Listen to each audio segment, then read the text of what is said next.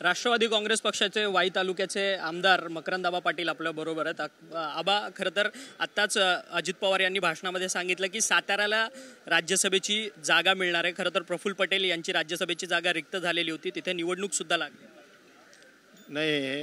दादांनी वाईच्या सभेमध्ये या संदर्भामध्ये वक्तव्य केलं होतं की ही जी राज्यसभेची जागा जी राष्ट्रवादी काँग्रेसला मिळणार आहे ही जागा सातारा जिल्ह्याकरताच देण्याचा निर्णय हा पक्षाच्या वरिष्ठ स्तरावर किंबहुना दादांनी हा निर्णय घेतलेला आहे। परंतु तुमच्या भावाचं नाव, अर्थात तुमचे बंधू आहेत नितीन पाटील, त्यांचं देखील नाव लोकसभेच्या जागेसाठी चर्चेत होतं साताऱ्याच्या। परंतु साताऱ्याची परंपरागत जागा जी राष्ट्रवादीची परंपरागत जागा होती ती 25 वर्षाच्या नंतर तुम्हाला सोडायला लागली। आता तीच राज्यसभेची एक जागा जी आहे ती पुन्हा साताऱ्याला देणार असं दादांनी म्हटलंय, त्यात तुमच्या भावाचं नाव चर्चेत नाही। दादांनी वाईच्या भाषणामध्येच त्या संदर्भात सांगितलं होतं, बघू आता काय होतं ते।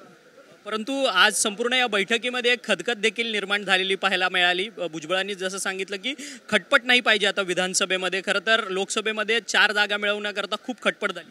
नाही असं नाही, थोडीशी माझ्या माहितीप्रमाणे पक्षाचीच काही आमदारांनीच सांगितलं होतं आमदारांच्या बैठकीमध्ये की एक वेळ लोकसभेला आपल्याला जागा कमी घ्या परंतु विधानसभेला आपल्याला जागा वाढीव घ्या, अशा पद्धतीचं आमदारांनीच मीटिंगमध्ये दादांना सांगितलं होतं। खरं तर धन्यवाद, तुम्ही आमच्याशी बातचीत केली। हे होते मकरंद पाटील, जे नितीन पाटील त्यांचे बंधू आहेत आणि वाईचे आमदार आहेत। त्यांनी सांगितलं की कुठेतरी विधानसभेमध्ये सर्वात जास्त जागा ज्या आहेत त्या आपल्या पक्षाला मिळायला पाहिजेत, अशीच भूमिका जी आहे ती आमच्या आमदारांची आणि कार्यकर्त्यांची राहिलेली आहे आणि त्यामुळे आम्ही आमच्या जागा ज्या आहेत त्या जास्त पदरात पाडू असं देखील त्यांचं म्हणणं आहे।